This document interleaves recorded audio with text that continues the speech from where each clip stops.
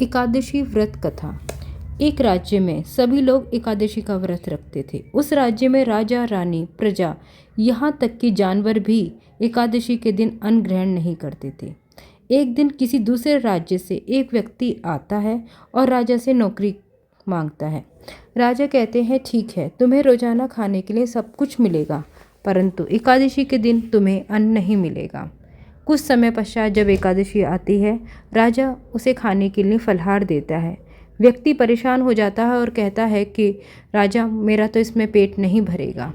राजा उसे उसकी शर्त याद दिलाते हैं, परंतु व्यक्ति नहीं मानता। बार बार आग्रह करने पर राजा उसे अन्न दे देते हैं। अन्न के रूप में उसे आटा, चावल, दाल सभी दे देते हैं।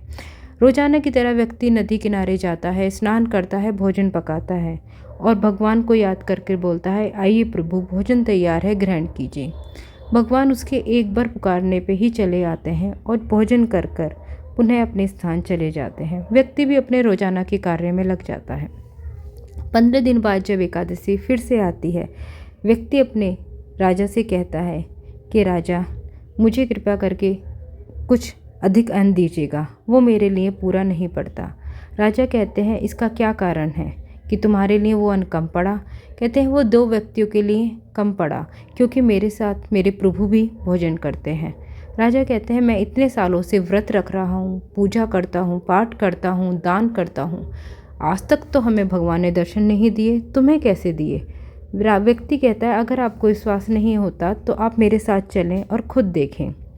राजा कहता है, ठीक है। व्यक्ति एकादशी के दिन वहीं नदी के किनारे जाता है और भोजन बनाने लगता है। राजा पीछे जाके पेड़ के पीछे छुप जाता है।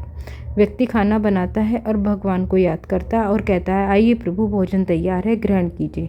भगवान उसके बार बार पुकारने पर भी नहीं आते। उस पर व्यक्ति कहता है, अगर आप अब भी नहीं आए तो इसी नदी में मैं अब डूबकर अपने प्राण त्याग दूंगा। कुछ समय इंतज़ार करने के बाद जब व्यक्ति अपने प्राण त्यागने के लिए नदी की तरफ चलता है तो प्रभु दर्शन दे देते हैं और उसके साथ भोजन कर कर उसको अपने साथ अपने विमान में बैठाकर अपने स्थान ले जाते हैं। यह देखकर राजा को समझ में आती है कि सिर्फ व्रत रखना, पूजा पाठ करना ही सब कुछ नहीं है। सच्चे दिल से प्रभु को याद करना, उन्हें अपना मानना भी ज़रूरी है। आप सभी को देव उठान एकादशी की बहुत बहुत बधाई। प्रभु आप सब पर अपनी कृपा सदा बनाए रखें। धन्यवाद।